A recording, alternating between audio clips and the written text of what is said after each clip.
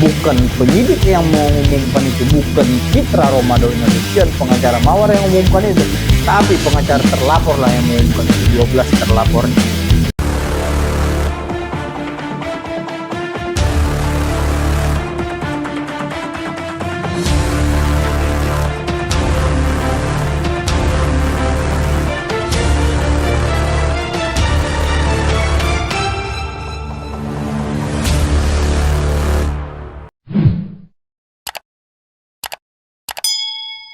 Oke, Bang Mitra, mau perjelas saja nih sebagai praksi hukum yang sudah langtang melintang nih di dunia sosmed, apalagi di dunia viralnya sebuah TikTok nih. Oke.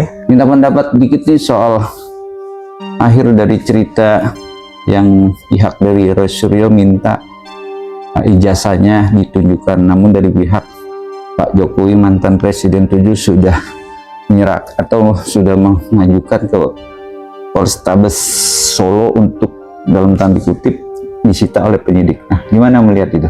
Ya, kan saya sudah bilang pada waktu debat sebelumnya dengan Roy Suryo CS ya di iNews TV Rakyat Bersuara, saya bilang di tahap penyelidikan itu tidak ada penyidik melakukan penyitaan.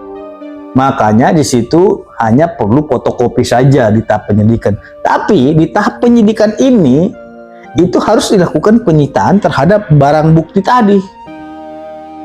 Apa barang buktinya? Yaitu ijazah. Aslinya disita oleh pihak kepolisian untuk dihadapkan nantinya di hadapan hakim, di hadapan jaksa, dan di hadapan para terlapor ini. Itulah penyitaan untuk kepentingan pra penuntutan. Karena ini sudah masuk tahap sidik ya, artinya penyidik telah menemukan dugaan tindak pidana terkait dengan kasus ini, tinggal menentukan siapa calon tersangkanya, gitu Mas. Oke, jadi Abang melihat gak untuk perkara atau bukan perkara sih, gosip atau rumor yang beredar fitnah ijazahnya Pak Jokowi sudah masuk ya dalam tanda kutip, sudah akan proses berjalan ini Bang, melihat itu? Iya. Apa yang meyakinkan Abang prosesnya akan berjalan?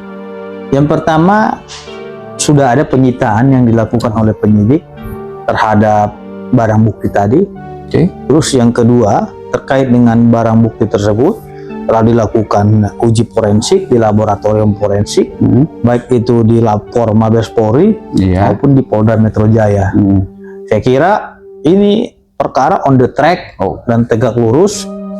Maka dari itu keseriusan daripada penyidik menuntaskan kasus ini, seluruh saksi-saksi maupun semua pelapor telah diambil keterangannya dan dimintai keterangannya oleh penyidik di tahap penyidikan. Untuk apa? Untuk dilakukan gelar perkara, menetapkan siapa tersangkanya dalam kasus ini.